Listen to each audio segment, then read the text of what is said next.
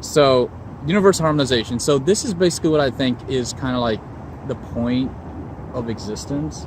So the idea is like pretty simple. So the Jews call it the final redemption, and it's basically with the Jewish perspective of this is that in the end of times, people will be resurrected and they won't have any more sins, and either only the righteous will be resurrected or everyone will be resurrected, but in a form where they're sinless, right?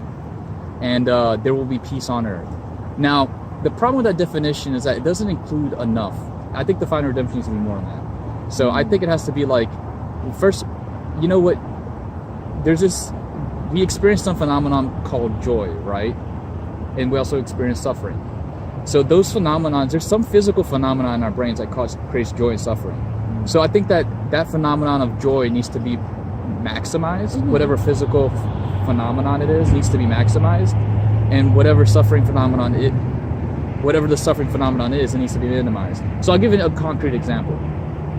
So let's say joy was produced by harmonious motion and suffering was produced by collision, right? So whenever two particles collide or scrape each other, that creates a ton of suffering. But when they move harmoniously, like they swerve past each other or they swing, it creates it creates joy.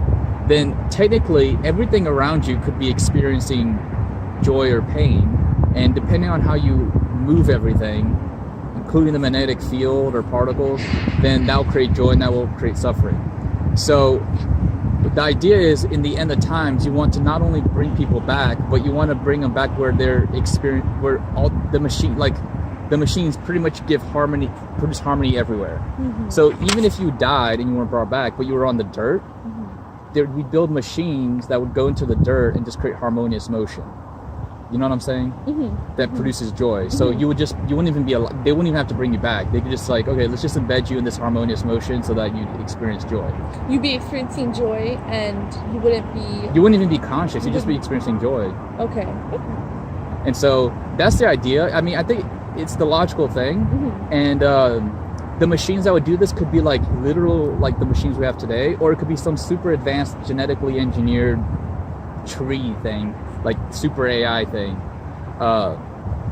So you can, there's a game called Dark Seed. It's kind of negative. It's like a dystopian thing, but like that would be something like it, where the machines are organic. But like, I want to talk about the universal harmonization stuff. So basically that's creating a world that has more joy, basically. Which is, I think that's really good, because I think people, I think people are motivated by joy and what makes them happy, what makes the group happy. I think it's why everyone does everything. It's why some people go to war, some people kill themselves. It's to find happiness. So I really like that idea. Okay. The joy thing.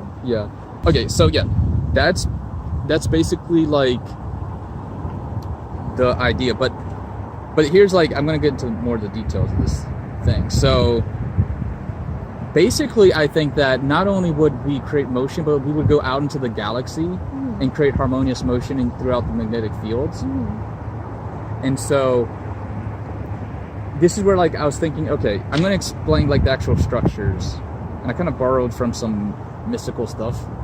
So okay, the Jews have this like angel that they call the Metatron. It's like this recording angel. And so to me, I'm thinking, the Metatron would be like the hardware that would calculate, that you would pretty much figure out, okay, how do we maximize joy, pretty much. It would be the hardware. So this is what this angel is, and it records everything that everyone does. And oh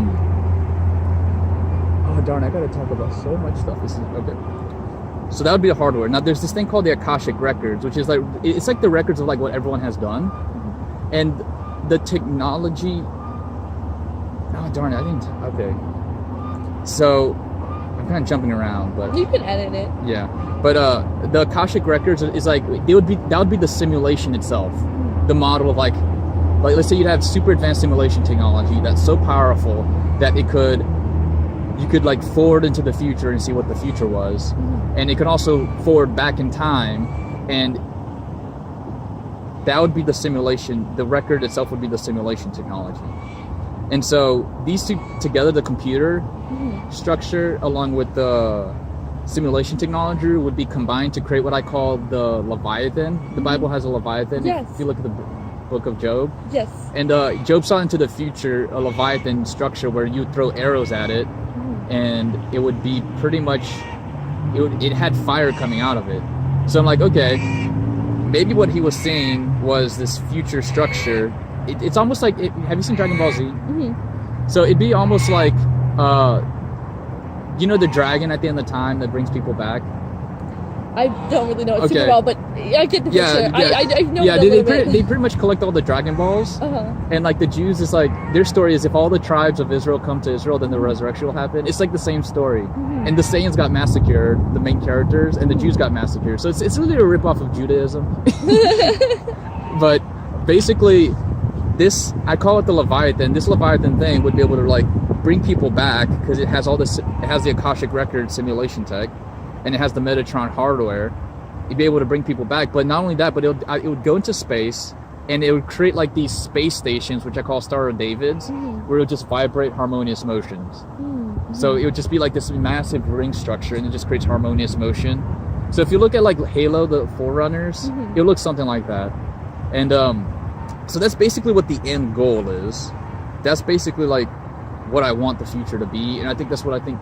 How long do you think it will take if like for some, like this is able to come to fruition? Okay, at the rate it's going, I would say, I think it would take 10,000 years. But if we follow the strategies that I'm going to employ, it'll probably take much quicker than that. Because we're just not operating at where we should be. We're like, let me make sure this thing's okay, it's recording. I know, I was kind of scared too. That'd be kind of, yeah, but it definitely has a stop button there. Yeah, the recording thing. Okay, so we're at 9 minutes. So basically, this thing, it would take much quicker if they use the strategy that I'm about to talk about later. But that's basically it. And I think it's good to have the end in mind so that we don't get distracted by like petty small stuff. And yeah, and the other interesting thing is, you know, in Islam, they actually, the Prophet says, Muhammad says, well, peace be upon him, he says that at the end of times, the earth will be flattened. And if the Metatron, you know, if this Metatron simulation tech decides that, you know, the earth needs to be flattened to create more joy, then it could happen. They could decide, you know, earth's actually, it existing creates a lot of pain, so it just destroys it. But yet the Leviathan would still exist, and would go out into space and like recreate itself. It would just spread all over the galaxy. And so that could be a reason why they say that alien. They have a theory, you know, they have this paradox. The Fermat paradox is like, you know, if super intelligent aliens existed, then why don't we see them around? It could be because they're actually just going around destroying matter and just reverting things into a more joyful state. That could be a reason. But I have another theory, but like it's a long story. Okay. I have another theory, but okay. I might talk about that one later.